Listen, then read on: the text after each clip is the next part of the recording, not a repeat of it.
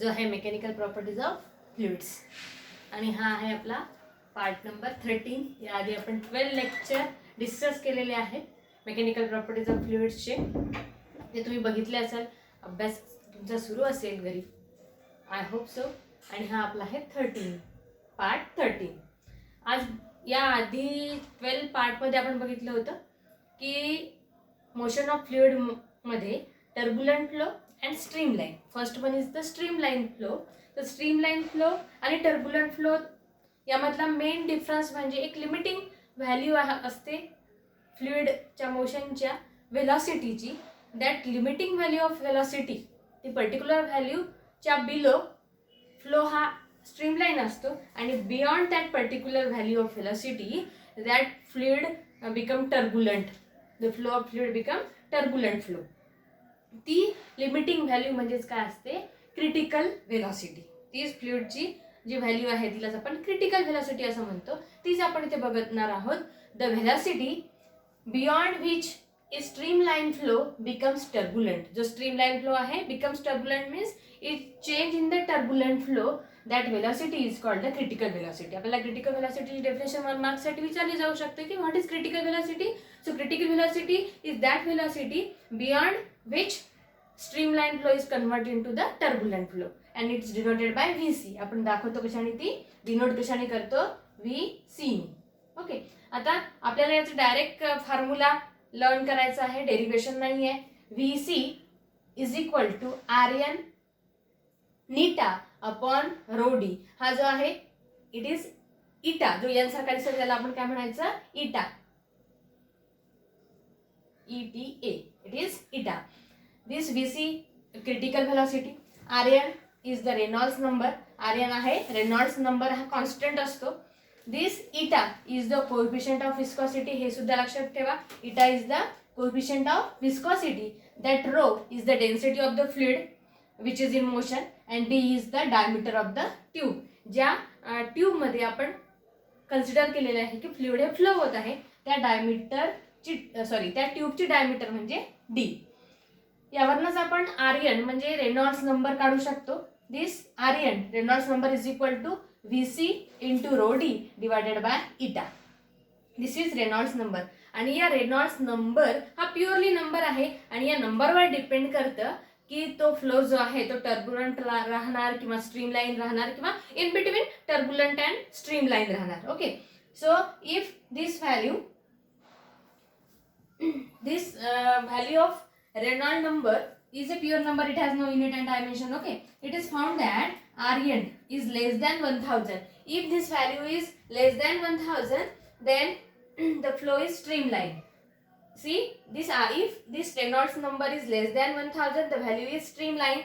If this Reynolds number is greater than 2000, if it is greater than 2000, then the flow become turbulent. And if this Reynolds number is less than 1000 and greater than 200, or if it is in between 1000 and 2000, if this value of Reynolds number is in between 1000 and 2000, then flow changes streamline to the turbulent. Then that flow is converting in from streamline to turbulent, means that the flow is not constant, it is unsteady. Okay. Then we discuss here the main property that is viscosity. What is viscosity? Before that we discuss the viscous flow and non-viscous flow. आपण बघितलं असेल, when we pour the water from one glass container to the other, that water is freely and quickly can transfer from one container to another container. आपण जर water घेतलं एका container मधून दुसऱ्या container मध्ये, आपण सहज त्याला पुअर करू शकतो, ओतू शकतो. ओके.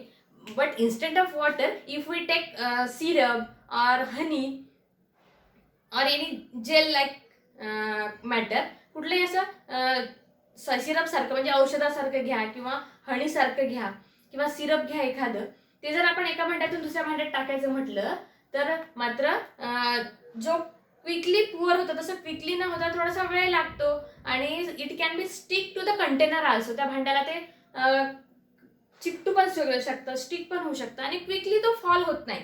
आता हे असं का बरं? तर हे असं होण्याचं कारण आहे की वॉटरची विस्कॉसिटी कमी आहे आणि सिरप घ्या किंवा हनी घ्या, याची विस्कॉसिटी जास्त आहे. मग विस्कॉसिटी म्हणजे काय? त्यासाठी आपण विस्कस आणि नॉन विस्कस ह्या दोन फ्लुइड्स बघू. आता विस्कस फ्लो जर असेल, सुरुवातीला हा घेऊ आपण जो सेकंड फिगरमध्ये सांगितलं, it is sorry non viscous flow जर आपण घेतला, नॉन विस्कस फ्लो मध्ये ह्या जे दाखवल्या त्या आपण लेअर दाखवलेले आहेत. These are the layer of the fluid. Each layer has same velocity. प्रत्येक लेअर ही सेम व्हेलॉसिटीनी मोशन मध्ये असते, त्याला आपण नॉन विस्कस फ्लो असं म्हणू. All the layers flow in same velocity. There is no any difference in the velocity of the level. असा नॉन विस्कस जो असतो यात विस्कॉसिटी ही 0 असते नियरली. तसं पाहिलं तर हे जो हेलियम लिक्विड आहे, helium liquid is the best example whose viscosity is 0. Liquid helium it is at near about 2 kelvin. 2 केल्विनला जर आपण लिक्विड हेलियम घेतलं तर ते मात्र नॉन विस्कस फ्लो दाखवतं, ज्या विस्कॉसिटी त्याची 0 आहे. मात्र आपण इन ऑर्डिनरी जर बघितलं आपण तर आपल्याला विस्कस फ्लो दिसतो. या विस्कस फ्लो मध्ये होतं काय की all the layer of the fluid are in motion with different velocities. वेगवेगळ्या व्हेलॉसिटीजनी प्रत्येक लेअर ही मूव्ह होत असते. यात जर आपण पाहिलं तर जी सेंट्रल लेअर आहे बघा, ही जी आहे ही सेंट्रल लेअर मी इथे दाखवली आहे. ही सेंट्रल लेअर जी आहे ती फास्टेस्ट असते. बाकीच्या कंपॅरिझन मध्ये सगळ्यात फास्ट जी आहे ती सेंट्रल लेअर असते आणि त्यानंतर मात्र व्हेलॉसिटी ही कमी कमी होत जातं आणि जी आउटरमोस्ट आहे लेअर, दोन्ही साइडने आउटरमोस्ट ज्या लेअर आहेत त्याची व्हेलॉसिटी ही लोएस्ट असते. The velocity of the central layer is fastest and velocity of the outermost layer is slowest.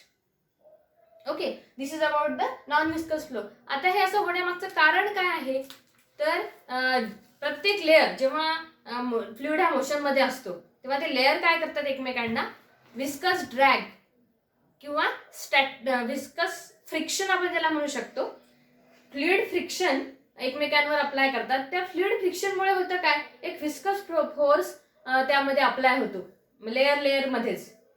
कशामुळे तर फ्लुइड फ्रिक्शनमुळे. जेव्हा आता ह्या लेअर मोशन मध्ये आहेत, लेअर मोशन मध्ये असताना एकमेकांवर फ्लुइड फ्रिक्शन अप्लाय करतात आणि या फ्लुइड फ्रिक्शनमुळे होतं काय तर विस्कस ड्रॅग अप्लाय केला जातो आणि त्या विस्कस ड्रॅगलाच किंवा त्या विस्कस फोर्सलाच आपण काय म्हणतो विस्कॉसिटी हा एक नवीन क्वांटिटी आपण डिफाइन करतो. So what is viscosity? It is that property of the fluid by virtue of which the relative motion between the different layer of the fluid. अशी प्रॉपर्टी आहे फ्लुइडची की ज्या प्रॉपर्टीमुळे due to virtue of which when relative motion between the different layer मधलं relative motion एकमेकांसोबत जे relative motion आहे सोबत जात आहेत त्यामध्ये होतं काय fluid experience a dragging force. Dragging means opposing force किंवा ओढणारा असा फोर्स एकमेकांवर अप्लाय करतात. This force is called as viscous drag आणि यालाच काय म्हणतात विस्कस ड्रॅग असं म्हणतात. This is shown in the figure. तेच आपण या फिगर मध्ये दाखवलेलं आहे. आता स्टेशनरी लेअर जी खालची लेअर आहे सगळ्यात, दिस इज स्टेशनरी लेअर. आपण या लेअर पासून एक रेफरन्स कन्सिडर केला. सपोज दॅट रेफरन्स लेअर जी आहे it is at a distance x and it's velocity is v. खालची जर लेअर बघितली आपण तर त्याची व्हेलॉसिटी जी आहे ॲज कम्पेअर्ड टू सगळ्यात वरच्या लेअरची व्हेलॉसिटी जास्त असणार. जसं जसं आपण खाली जाणार तसं व्हेलॉसिटी ही कमी कमी होत जाते. जर आपण असं व्हर्टिकल जर फ्लो आपण लक्षात घेतला तर याची जी व्हेलॉसिटी आहे एक्सची जी लेअर एक्सच्या डिस्टन्सवर आहे, स्टेशनरी म्हणजे एक स्थिर आपण लेअर घेतली. खालची जी लेअर आहे ती आपण जर रिव्हर घेतली तर सगळ्यात खाली जी आहे ती स्टेडी पोझिशनला असणार. फक्त वरचं जे आहे तो आपण विचारात घेत आहे. स्टेशनरी जसं आपण वरती जाऊ तसं मात्र व्हेलॉसिटी प्रत्येक लेअरची वाढत जाणार आहे. ओके, मग आपण घेतली की सपोज व्ही ज्याची व्हेलॉसिटी आहे तो एक्स अंतरावर लेअर आहे, नंतर व्ही एक्स पेक्षा कमी अंतरावर किंवा खाली त्याला घेतलं एक्स मायनस डी एक्स. या डिस्टन्सवर व्हेलॉसिटी ही व्ही पेक्षा कमी असेल म्हणून त्याला V minus D V consider केलं. त्याच्यावरती जर असेल डिस्टन्स आपण वाढवलं एक्स प्लस डी एक्स जर केलं तर ही लेअर दाखवली आपण इथे, त्याची velocity v plus dv, velocity ही वाढत जाते. म्हणजे जसं आपण वरती जाऊ तसं व्हेलॉसिटी ही लेअरची वाढत जाते. Then the stationary layer. आता आपण जर रिव्हर बघितली तुम्ही, रिव्हरच्या बाउंड्रीज ऑफ द रिव्हर जे आहे त्याला रिव्हर बँक म्हणू आपण, नदी काठाला किनारी जर पाहिलं तर आपण पाहतो की दोन्ही किनाऱ्यावर जो फ्लो असतो त्याची व्हेलॉसिटी कमी असते. मात्र जसं आपण प्रवाहात मध्ये जातो, हे आपण हॉरिझॉन्टल जर आपण विचारात घेतला तर हा असा फ्लो आहे. जर तोच फ्लो आपण डीपली वरतून खाली झालो तर तो असा आपल्याला स्टडी करावा लागतो. ओके, जर तुम्ही हे ऑब्झर्व केलं असेल की किनाऱ्यावर दोन्ही साईडला व्हेलॉसिटी कमी असते, मात्र जसं तुम्ही नदीच्या मध्ये जाल, सेंटरला जाल, तेव्हा व्हेलॉसिटी जास्त आढळते. हे तुम्ही ऑब्झर्व केलं असेल. Okay, this is about the viscosity. आता हा विस्कस ड्रॅग जो आहे, काही पॉईंट आपण लक्षात घेऊ. जो हा विस्कस ड्रॅग आहे, दिस विस्कस ड्रॅग जो आहे तो कशामुळे असतो तर लिक्विड मध्ये, in case of the liquid this viscous drag is due to the cohesive force or short range molecular cohesive force. Short range molecular cohesive force, that viscous drag is due to the short range molecular forces. आता हे जर आपण बघितलं in case of gases, तर gases मुळे हा viscous drag म्हणजेच काय फ्रिक्शनल किंवा फ्लुइड फ्रिक्शन कशामुळे होतं तर गॅसेस मध्ये आपल्याला माहिती आहे रॅन्डम ओरिएंटेशन असते मॉलिक्युलचं. मॉलिक्युल रॅन्डमली मूव्ह होत राहतात आणि त्यामध्ये त्या मोशनमुळे कोलिजन होत राहतं त्या मॉलिक्युल्समुळे. त्यामुळे या कोलिजनमुळे विस्कस ड्रॅग हा गॅसेस मध्ये तयार होतो. In gases it is due to, that means viscous drag is due to the collision between the fast moving molecules. आता दोघांमध्येही in case of liquid and gases हा जो विस्कस ड्रॅग आहे, okay, हा रिलेटिव्ह व्हेलॉसिटी आणि viscous drag यामधलं relation सांगतो आपल्याला हा point. For both the liquid and gases relative velocity between the layer is small. Relative velocity ही स्मॉल राहते. जर रिलेटिव्ह व्हेलॉसिटी ही स्मॉल असेल तिथपर्यंत मात्र viscous drag is proportional to the relative velocity. काय म्हटलं आपण, relative velocity between the layer ही याची व्हॅल्यू जर स्मॉल असेल, एक लिमिटिंग व्हॅल्यू पर्यंत होतं काय तर viscous drag is proportional to the relative velocity. मात्र however in turbulent flow relative velocity जर वाढली, व्हेलॉसिटी वाढली म्हणजेच काय टर्ब्युलंट फ्लो झालाय. However in turbulent flow viscous drag increases rapidly and it is not proportional to the velocity. व्हेलॉसिटीला proportional न राहता that viscous drag is proportional to the higher power of the relative velocity. निवळ फक्त व्हेलॉसिटीच्या व्हॅल्यूला proportional न राहता that viscous drag is proportional to the higher power of the relative velocity. म्हणजे tremendous अमाउंटनी तो विस्कस ड्रॅग आणि रिलेटिव्ह व्हेलॉसिटी वाढते. Then important